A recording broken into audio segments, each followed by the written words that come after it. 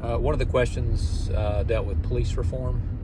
Um, you know, I think the police office or law enforcement is under evolvement no matter what. I mean, they are moving forward and changing. So really, my aspect on some of that is, how do you apply resources to the root cause of most of the issues that law enforcement deals with? So crime, drugs, addiction, not even drugs, just addiction, right? And crime, which could spur from that. And there's mental issues that go into some of that as well. And then obviously then some people there's just some mean people in the world.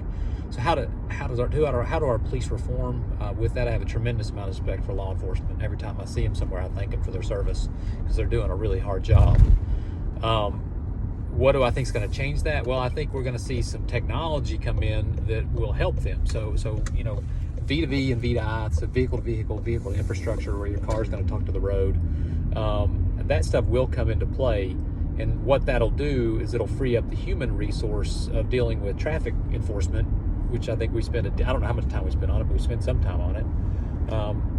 I think in the future, law enforcement will probably do less traffic enforcement because technology is going to do it. And therefore, maybe those resources will be applied to some of the other social issues out there. So we'll see a law enforcement change kind of, and it'll be, I think your law enforcement officers will change over time to address core issues. So I mean, that's with police reform, stuff like that might take 10, 20, 30 years for it to be fully realized.